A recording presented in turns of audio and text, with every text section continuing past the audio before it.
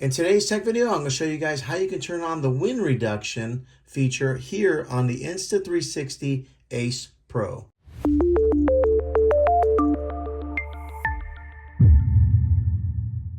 Okay, this is how you turn on the wind reduction in case you are recording outside.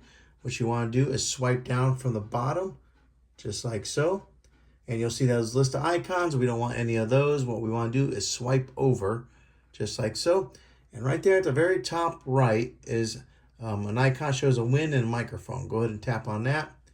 All right, and then right there in the middle, it says wind reduction. You want to make sure that that is checked, and then that'll help with any kind of recording when you are outside and there's a lot of wind. That'll help reduce some of the wind reduction on there. Now, it's not foolproof, but it does work pretty well.